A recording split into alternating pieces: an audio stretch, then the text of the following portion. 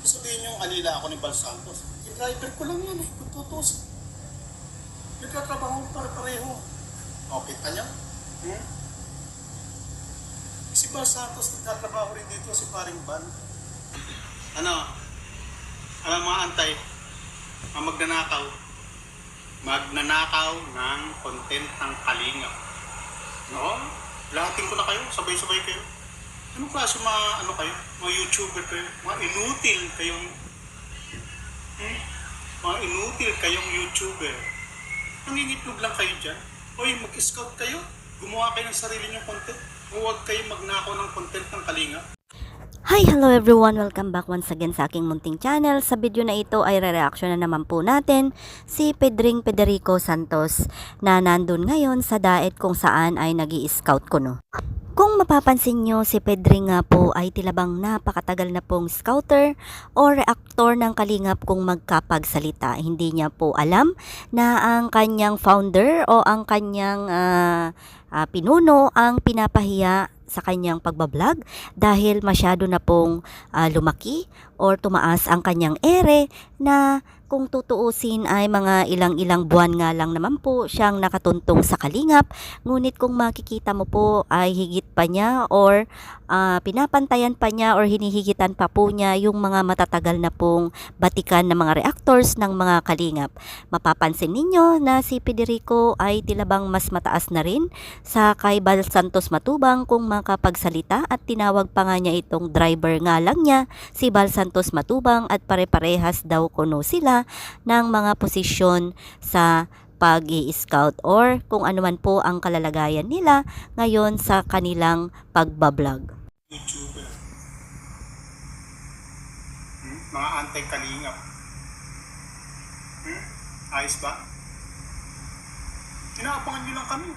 Nag-aabang lang kayo ng mga sasabihin namin, ng mga gagawin namin, na nakawin nyo. Iko-content kami.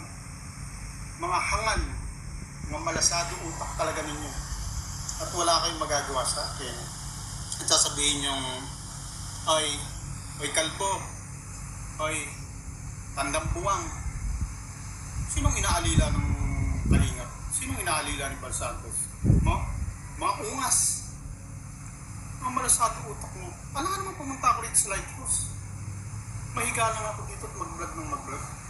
Pwede ba yun? Nakikita ko yung mga kasama ko. Sabihin nyo, alila ako ni Bal Santos. Driver ko lang yan eh. Tutusin. Yes, ayaw ngang tanggapin ni Pedring na isa siyang alipin ng Kalingap sa ngayon dahil po ay pabalik-balik na nga po siya at tinalikuran na po siya or tinalikuran na po niya ang pananahi na talaga namang yun ang ikinabuhay at pinagpukunan niya ng pang-araw-araw.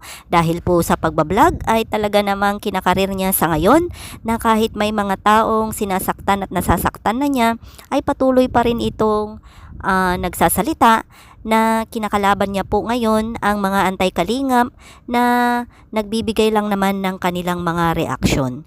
Si Federico ay nanggaling po dito sa Reynas community, sa community po namin na kung saan sa hindi po nakakaalam ay siya nga po ang tunay na magnanakaw. Bakit po? Napakarami po niyang nabiktima ng mga iba't ibang sponsors sa community ni Reyna, lalong-lalo na po sa sponsors ng Reynas community. Kaya naman ang isang Federico ay isang sinungaling at siya po ang tunay na sinungaling at tunay na manggagamit dito sa social media.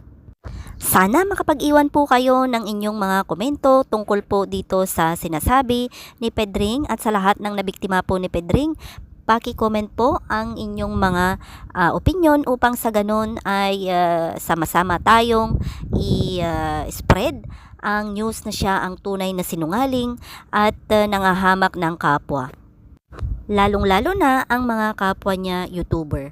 Si Pedring ay nakatuntong lang sa Kalingap. Akala mo po kung sino na nga po siya na reaction o reaktor ng Kalingap.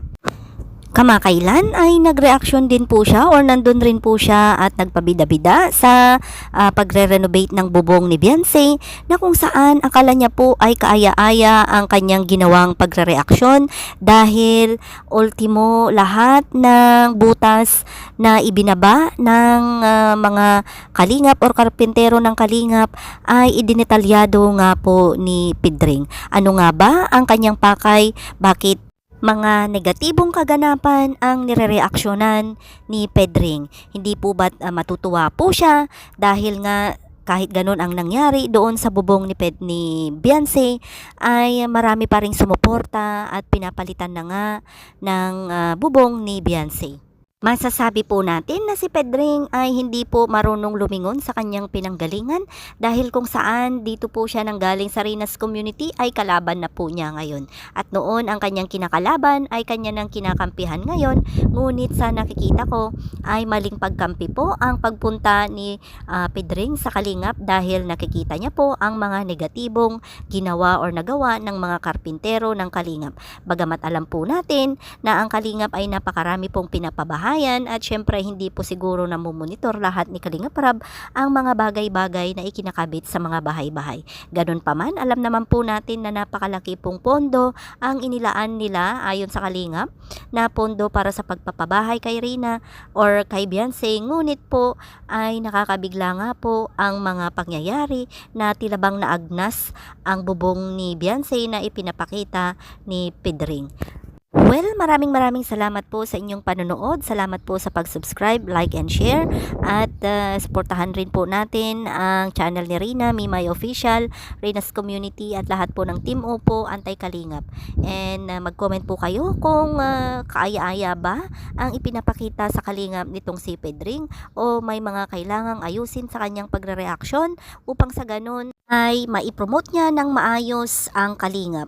Wala pong ipinagkaiba ni Federico at ni Hasang 26 TV. Sa nakikita ko ay sila po ang patuloy na idinidegrade ang kanilang foundation na kung saan kabibilangan ng mga iba't ibang kalingap sa pamumuno ni Bal Santos Matubang.